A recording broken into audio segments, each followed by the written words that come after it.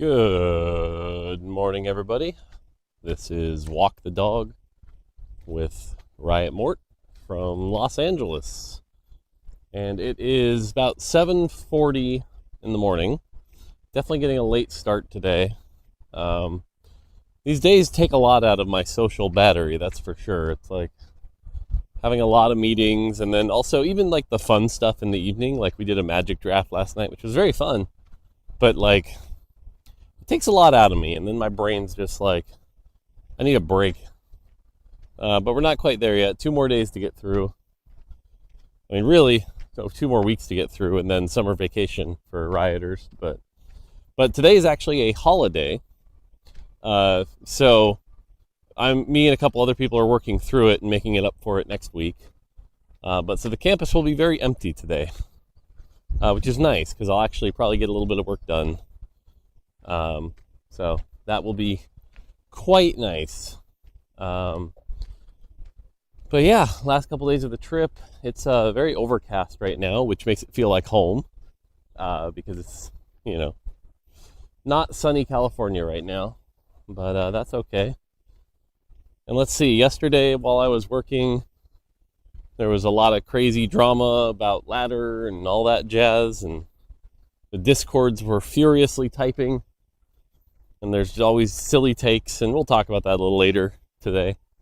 But yeah, it's been quite a trip though. It's been quite a trip. So cool. All right, I owe you guys questions. Let's talk about questions. Today's are, I don't know, I would call them light questions. So first question is about flat versus percent armor and MR reduction, and when it's good to use either, or what, from a design perspective, what's the purpose of them and things like that. So basically, it's funny. If you think about outputs, things like armor reduction, healing reduction, shield reduction, or weakness stuns, right? Like, all output is a chance to add variety to your game, right? Like, if the only thing we had in our game were stuns and damage, every champion would start to feel the same, right? And you need unique modifiers to make champions stand out as unique from each other, right? Like, the reason Elise isn't just damage is because she has a flat MR shred component, which makes the kit interesting. Now, the thing is, when you add anything to a kit to make it interesting, it creates a fantasy that a player will want to achieve, right? Using Elise as the example, if I give you access to flat MR reduction, but let's say that number was 1 flat MR reduction, the odds that you're ever getting anybody down to 0 MR are really, really low, right? It's like, is this actually doing anything? It's just slightly invisible power that's a small amount. So typically you have to lean into these fantasies, right? Nobody wants to stun anyone for 0.5 seconds. But if I get to stun you for 3 seconds, like, dang, that's a stun that feels impactful, right? So when making a game, not just TFT, but any game, having that sort of variety of outputs leads to, good variability in your gameplay. And this is true, this is why Magic makes new keywords. This is why League of Legends has all sorts of different outputs, right? Like, every game goes through this. So why am I jibber jabbering about all this?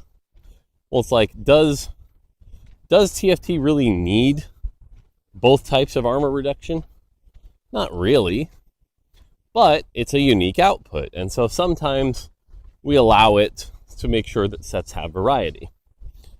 Now, generally with percent armor reduction, what we've basically said is this is a debuff. And back in the old days, I don't know, for those of you who've been around a long time, you might remember we had up to 70% magic or armor reduction, right? And this would be from things like the Vi 2 cost in set 4.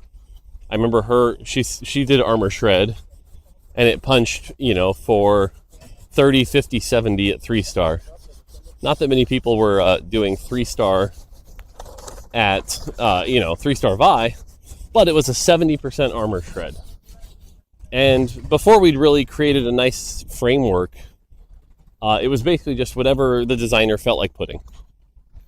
That's all it was. It was whatever the designer felt like putting. So when we made keywords, right, this is like burn, shred, sunder, what we decided to do, our original idea was there would be small, medium, and large of all of these debuffs, right? So a small burn would be like 1%, a medium burn would be 2%, and maybe in some extreme case we'd have a 3% burn. Likewise with armor shred, it was 20, 30, 50, was our framework for that. 20, 30, 50, small, medium, large. Now, the challenge with that is that armor shred is very, very powerful, like extremely powerful, right? If in some cases it's, if you ask any challenger player, they're like, you must have it, which is a little hyperbolic, but it is like essentially, even if we shortcut to your team is doing 25% more damage, like that's a powerful buff, right? And so what we found was like 50% just wasn't really tenable. We shouldn't be shipping 50%. So then it became 20 and 30. So 30 is sort of the standard, right, that you can get from items. And 20 is the light version that isn't as good. Now, do we even need both of those? To be honest, probably not. There's probably a world where items like Last Whisper are actually only supposed to be 20% shred. But the challenge with that is if what a champion provides and what an item provides are the same, then what'll happen is any trait or build that has a champion that happens to have that shred no longer ever needs to build Last Whisper. Whereas at least right now, and it's always funny because you see Twitch chat do this, they'll be like, doesn't that champion already have Sunder? And you're like, yeah, but that's 20%. So I'm going to build Last Whisper for 30%, right? Which creates a dynamic decision-making where it's like, if you want to waste an item slot to give that extra amp to your team, great, do it. Like that's a good decision-making. So that's kind of where we've ended at with that. So then the question is flat, right? Like, so now if you have this, why do you have flat? And like I said, flat is only used as a modifier of a champion. Like we will never make flat shred on a trait or an item because it doesn't really make sense. And obviously it would just get, let's say Last Whisper was flat shred, flat sunder.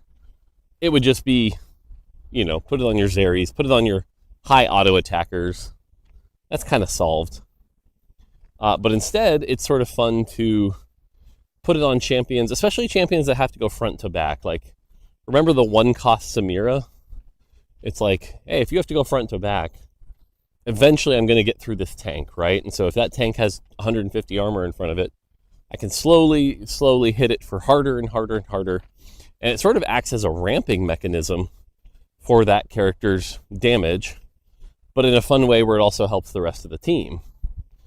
And so, it's the TLDR here is that it's good to use on champion kits for variety. And if you're going to use it, you have to lean into it. So it has to be like big chunky amounts, right? Like if I remember Samira, the one cost was like 15 or 20 or something. Like I think at some points it was even higher than that at 3-star. Though when it got too high, we had that Samira patch. If it's 50, obviously that's a problem. But that's why Elise feels good, right? It's like slowly but surely. And that's why the Elise Morgana pairing is such a hilarious pair, is because it's like Morgana's doing damage over a long time. And over that long time, Elise is shredding down their MR so that they both hit harder, and it feels good, right? It's nice and synergistic. So, but yeah, so realistically, you'll still see flat occasionally on champions because it's good variety. But yeah, that's kind of the context. So, cool. All right, next question.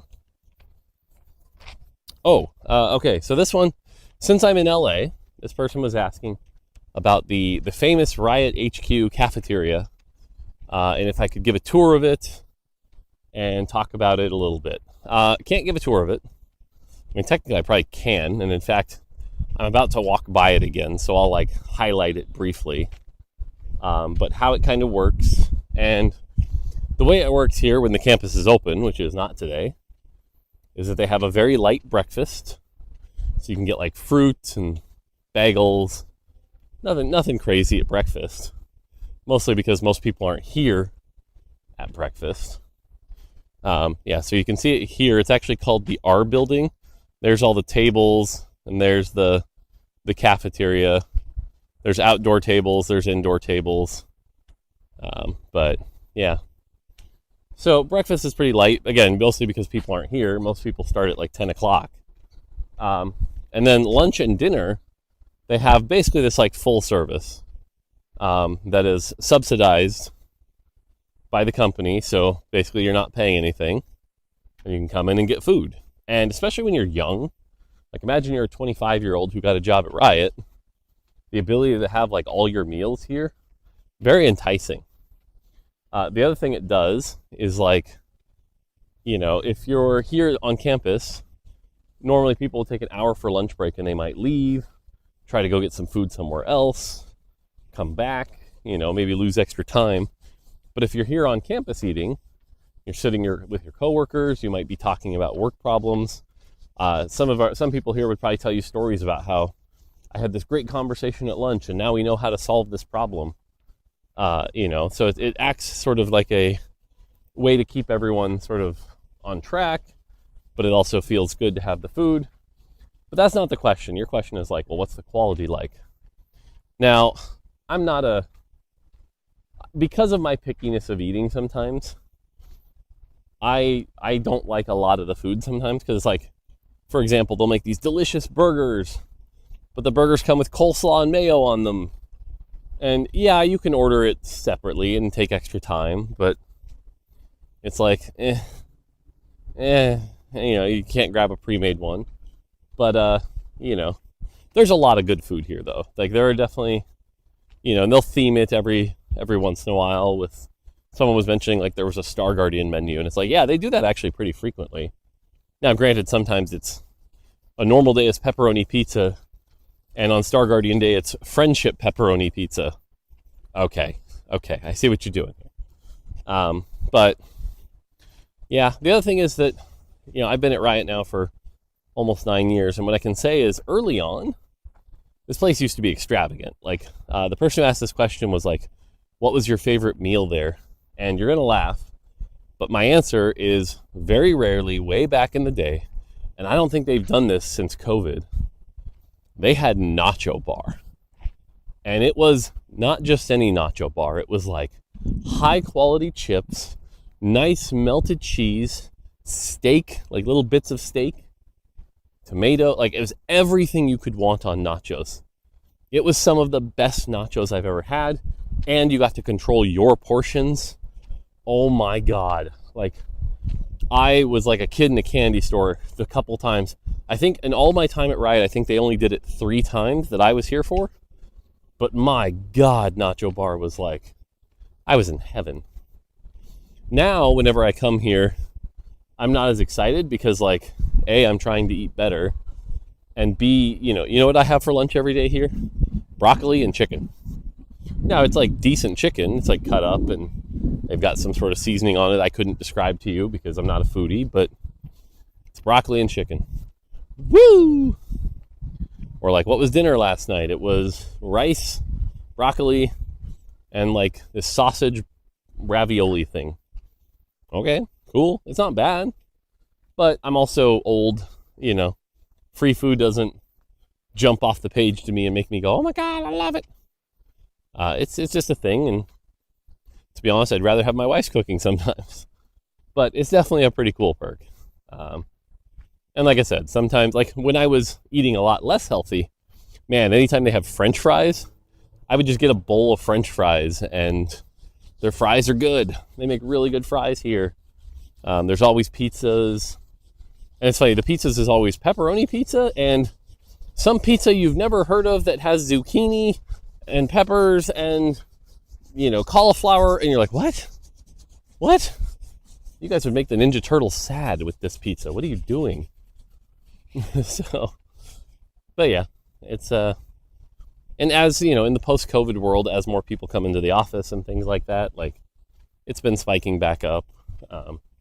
The other favorite thing, so I mentioned breakfast is not that much. On Tuesdays and Wednesdays and Thursdays, not today though, sadly, their breakfast grill is open and they make an amazing breakfast burrito. I love that breakfast burrito. I used to get like the burrito and bacon and hash browns and fruit and scrambled it. It's like, oh, that's the best breakfast. Since I've been here, I have had the burrito twice, just the burrito, because I love that burrito. So anyway, I'm going to stop talking about the Riot Cafeteria, but yeah, it's a thing. I mean, it's a thing from the tech era in 2010s where tech companies definitely splurge a little bit on maybe a lot of stuff, the snack bars all around and the free soda and the yada yada. But, definitely attracts the younger employees. But it was also definitely a shock to go from Nintendo, where if you wanted a Pepsi, it was $1 in the vending machine, to here where it's like, oh yeah. And of course, with anything, then there's the people who like work from home, walk into campus to get food, and then leave and go back home. And it's like, God, there's a level of entitlement that I'm not really comfortable with, but yeah, it's still pretty cool. So, okay, next question. The most upvoted question we've had in probably since I started doing this. It's definitely up there with like 40 upvotes. Dino asks, can I have $5? The answer, Dino, is yes, you can. I have a rule when I give out money. If somebody came to me, and I know them and I'm close to them, right? Like if one of my coworkers came to me or a family member came to me and they're like, can I borrow some money? Or I guess there's also a difference between can I have some money and can I borrow some money, right? Because can I have money? Well, I mean, if it's less than $10 and you've been good to me in the past, yeah, sure, why not? I'll buy a friend a meal or toss them $10 if they need it or whatever. No big deal. When it comes to borrowing money, I have a rule, which is if somebody asks to borrow money and you're going to give it to them, you have to be comfortable with never getting it back. You have to make the assumption that you're just never going to get it back. And if you do get it back, awesome, pleasant surprise. But that has to be the level of comfort you're at. So for example, if I have a family member who comes to me and says, hey, can I borrow some money? I have to go, okay, I don't know if I'm ever getting this back. So the limit I can loan you is this. And, if that family member never pays me that money back, okay. I mean, it'll suck and I'll learn my lesson, but yeah, that's kind of my policy. And what I will say is pretty much every amount of money I've ever lended in the past has been paid back. I had one person pay me back and just throw on 10% interest to be nice, which was like, I didn't ask for that, but okay, cool. So I know this was a lot more detailed answer than I bet you were expecting, Dino. But the TLDR here is, can you have $5? Yeah, you can. Especially because you helped me out with magic stuff. So absolutely, you can have $5. I'm happy to give you $5. Okay, next question. What are your thoughts on online discourse? Now, this person was asking about how we went from like chat rooms to forums to discords to Twitter. What's your thought on online discourse? Now, here's the short version, because obviously we could go down a whole rabbit hole about humanity and the toxicity in online discourse, and then it just makes you lose faith in humanity because the dregs of society can type on Twitter. And I don't want to do that right now. It's a Thursday. It's a happy day. But here's what I will say. I think if you go back to like 2000, right? Like when I was first going to college, and let's say 2000 to the 2008 era, the people that were online, like going online was not a common thing, right? Like my parents weren't really online in 2000 to 2008. It was the nerds. It was the, frankly, usually on average, slightly higher IQ people that were online. And so online discourse could still be stupid, right? Like go back and read a GameFAQs thread from 2003 and there's going to be some kid, but at least it's some nerdy kid who says something stupid. But like, that was fine. Generally, it didn't include the wider society. You know, and I think even early League forums had some of this, right? Like before League got really popular, if you were to somehow pull up like League of Legends forums from the first year, there's some good stuff in there. In fact, seeing how like at the time he went by Zillion as his online handle, but how Tom would talk to the community on that first year on that online forum is one of the reasons why I wanted to come to Riot. Like that discourse between people, I think is really cool. You know, finding a community of people that all have a similar interest and want to talk about that similar interest is great. I think the closest thing to that right now is Discord, right? Because you go to a community of things you like, whether it be the Mortdog Discord or the TFT Discord or whatever. And like, it kind of captures that same spirit of the early 2000s online discourse. The problem is, as internet has become more available, everyone's online. You know, I said my family wasn't online in 2000. Every family member I have now has a phone and a Twitter account, and you know, like the online discourse is higher, and all of a sudden you've got 50-year-old angry women who have online accounts, or the 20-year-old who is somehow homeless but also has a cell phone and is online. Like, you know, it's become a place where everyone can talk. And to that end, it has made the discourse very, very bad. And so any of these like wider areas stopped being useful. And I bring this up because like if you look at the League of Legends forum, and the League of Legends forum after that first year, when the game started getting big, the forum quality went down, right? Same thing with World of Warcraft, right? I remember World of Warcraft forums, even though the game was pretty big, not everyone would like go to the forums and talk about it. But as the forums grew, oh my God, just idiots upon idiots, right? And again, I've said this on stream before, but it's like, there's a part of me that as a human studies wants to meet these people, right? Like, I want to meet the person who, for whatever reason, feels the need to go on Twitter and reply to everything at Grok, is this true? Like, what is wrong with you? Right? But again, that sends you down this rabbit hole of like, what is wrong with humanity? So, and if I learned anything from my break is like, staying away from that part of things is good. So, all of this is to say is that I don't like how online discourse expanded its audience, because in that audience expansion, the discourse got worse.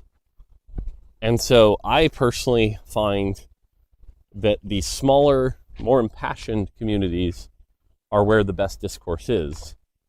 And so you can't go to things like Reddit or Twitter. And Reddit's, okay, Reddit, by the way, oh, I didn't talk about Reddit.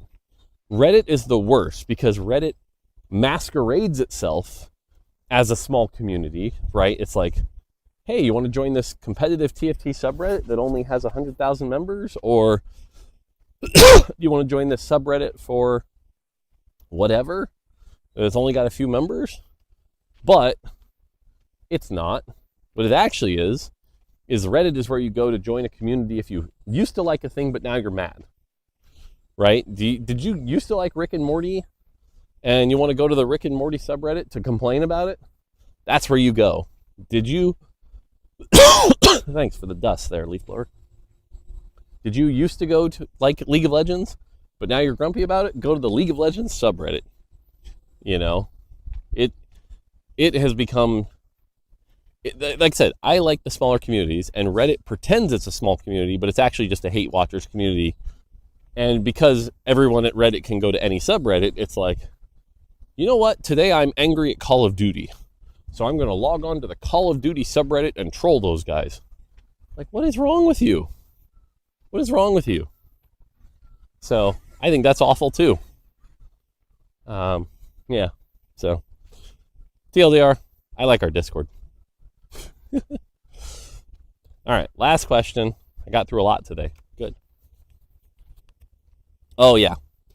Good luck getting through this one in 5 minutes, Mort. Thoughts on the online ladder system and all the drama that happened around with it. So, obviously, sensitive subject here. I got to be careful what I say.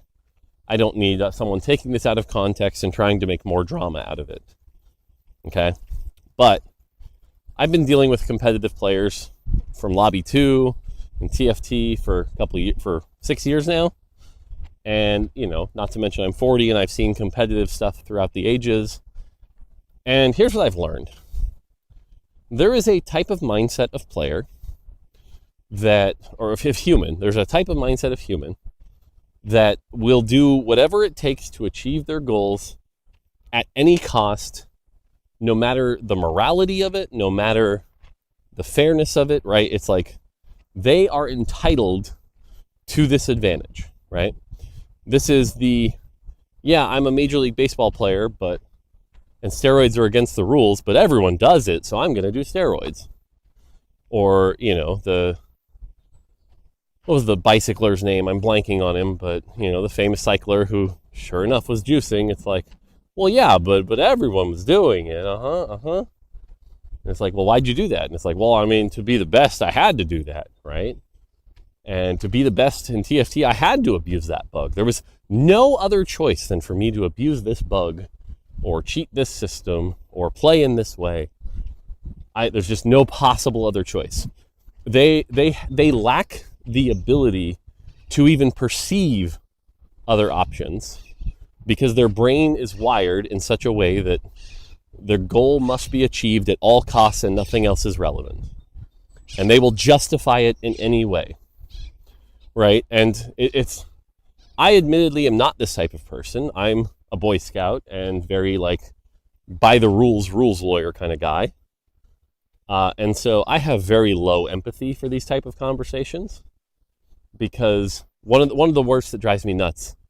And I saw a bunch of people that honestly I respect, but when they have this argument, I'm just like, oh my God, I just do not, I can't. And it's like, hey, we caught this person using steroids, so they've been banned for the season. Well, why didn't you catch everybody using steroids?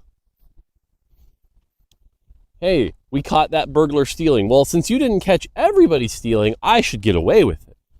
What in the God's world logic is that? What in the holy hand grenade, pathetic human? Oh my God, it actually enrages me that someone can think, well, because I'm speeding down the highway and I got pulled over, but you didn't catch all the other speeders. Jesus Christ. Dumbest. Ugh. But what I also learned is that for the first few years of TFT, I tried to parent these kids and try to give them perspective and hey, maybe you don't have to cheat to win and stuff it doesn't work, right? A, I'm not their parents, and B, that's the way their brain works. Is it doesn't matter. They will justify it all they want because that's what they need to do to win, And so it's not great. But I also have no pity for it. And to be frank, I hope Riot cracks down on stuff like that more. I hope people start receiving lifetime bans. I hope we send a message that you don't need to cheat to do well. And So, but I was slightly inconvenienced and I had to make a smart, shut up. Just shut up and work hard and get better, Now, that's not really the point of your question, though. The point of your question was actually well, what do you think about the online ladder? Now, again, I can't go into this too much. I'm not esports. Esports has plans, and I don't want to second call their plans and things like that. But here's what I can say. Right now, the online ranking ladder is serving too many different purposes, right? The primary purpose when the ranked ladder was designed by the designers ages ago even before TFT on League of Legends, right? It's like, for the people who play our game online, this is a ranking system of how you compare to other players, right? And it's going to have flaws, but generally it does the job well, right? Like, the top players are at the top. If you're in the middle of the pack, you're in the middle. Now, it's not the perfect execution because, well, if you actually care deeply about who's number 9 versus who's number 10, and that can matter, there are incentives to screw that up. Or because there's no official, like, here's the time when you're supposed to play, there can be ways to game the system where it's like, actually, if you queue up at 4 in the morning, you get easier opponents. And so even though I'm number 9 and you're number 10, you're actually better than me. I just happen to queue up at easier times and play easier opponents, right? Like, it is definitely not a perfect measure of skill, and it can't be without like incredibly formal rules, right? Like, if you think about this compared to a tournament, right? Like, a tournament is you show up, everyone plays the exact number of games, seeded in a certain way, and it's a good measurement. But a ladder is just like, hey, one person had time to play 50 games and picked the hardest time of day. Another person had time to play 200 games and picked easier times of day and had someone behind them coaching them. How are these two people measured in skill, right? The ladder is not a perfect measurement of skill, and it never will be, and it never can be, but some people like to pretend it is. And especially if we're using that ladder to essentially measure who gets to participate in tournaments, right? Like, all of a sudden you start to see the cracks in that system. So the obvious question becomes, well, why don't we make a better system? Yeah, again, if you have this magical design, you let me know. The closest thing to a better system is the super server in China, where you have like these 8-hour windows and you play. That is the closest thing, but that is not a system, because that's like, what, active for a week? What do you do the rest of the time? And what if that person has life engagements in that week, right? Like, what if you can't play 8 hours a day for a week, right? How would the mismatched socks of the world be able to participate because he doesn't have time because he has his normal job, right? Like, that defeats a lot of other goals. So there really isn't a better system of just like, make the ladder better. So now, that being said, I think there are other solves. If it's possible that we shouldn't be using the ladder at all, it's possible there should be, there's other things, but I promise you, no matter what esports teams comes up with, these same players will complain, because they will find one little thing that they perceive to be a loophole, because again, that's how their brain operates. It's like, find the loopholes, find the exploits, and they'll complain about it. So I do not think there is a magical solve out there. I think it is naive and ignorant to think there is. And so I admittedly wish that everyone could just like have morals and play the game and be fine with it, but that's not the world we live in. So, and I'm not going to spend any more time trying to parent kids to be better people. So, not my thing. All right, I'm way over time. Hopefully the microphone's still recording. I'm always worried when I go past 30 minutes. But I've been walking for a while now. I'm going to go get started on my day, try to find something to drink, and I fly home tomorrow night. I'm excited. I might start stream Saturday a little late because my flight doesn't even get in until like 6:50 p.m. I imagine I'm going to get home at like 8:30 or 9 p.m. And so I also want to like see my wife and say hi instead of just rushing to bed and getting on stream. So I might be a little late on Saturday, but it is what it is. So, all right, that's going to do it for me. Until next time, take it easy.